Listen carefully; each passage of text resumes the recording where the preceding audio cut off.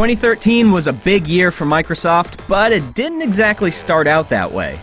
After nearly 8 years on the market, the Xbox 360 was running on fumes to kick off the year. Its list of exclusive titles was a paltry one, highlighted by Gears of War Judgment, State of Decay, and, well, not much else.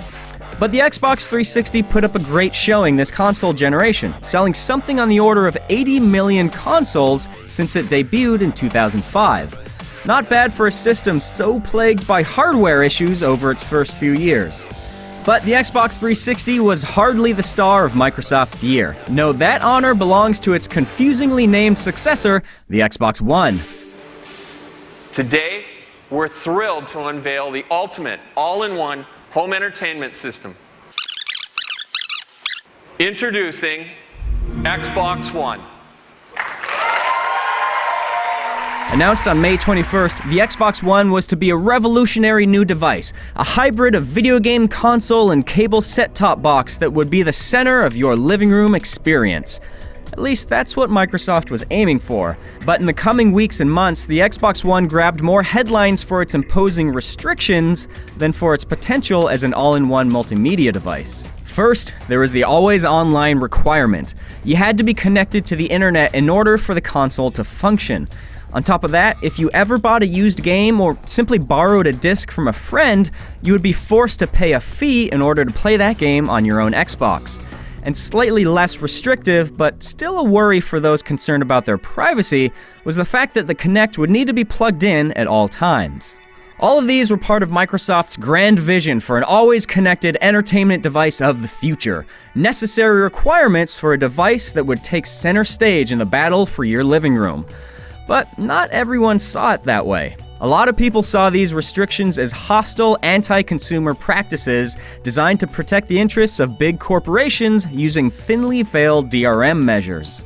To say that Microsoft could have done a better job defending its ambitions would be an understatement. Its PR campaign was either stubborn or tone-deaf, depending on who you ask, giving confusing responses to simple questions, such as, no, it does not have to be always connected, but the Xbox One does require a connection to the internet. What does that even mean? It took a while, but Microsoft eventually altered these restrictions, ditching always online, used game fees, and the need for Kinect to be connected at all times.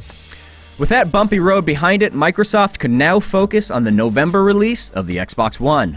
The new system launched with a first-party lineup that consisted of the excellent Forza 5, the pretty good Dead Rising 3, the middling Rise, and Zoo Tycoon, a game where you can play peekaboo with a monkey. It was a solid, if unspectacular, roster of games that was still superior to what Sony had to offer.